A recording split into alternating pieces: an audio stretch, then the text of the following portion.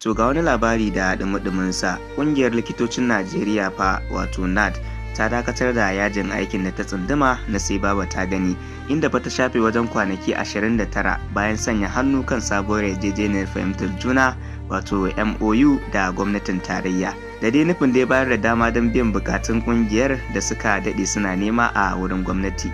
Shugaban NAD Dr. Muhammad Usman ya sanar da wannan mataki a daren ranar Asabar a shafinsa na X, yana mai cewa majalisar zartarwa ta kungiyar wato NEC ta yanke shawarar dakatar da yajin aikin gama gari na sai baba ta gani bayan shafe wajen makonni 4 don ba da damar aiwatar da muhimman yarjejeniyoyin da suka cimma. Ya ce dai dakatarwar ta biyo bayan jerin tarurrukan sulhu da aka yi da kuma wata wato sabuwar yarjejeniyar da aka sanya wa hannu tare da ke bayyana matsayin bukatun kungiyar 19.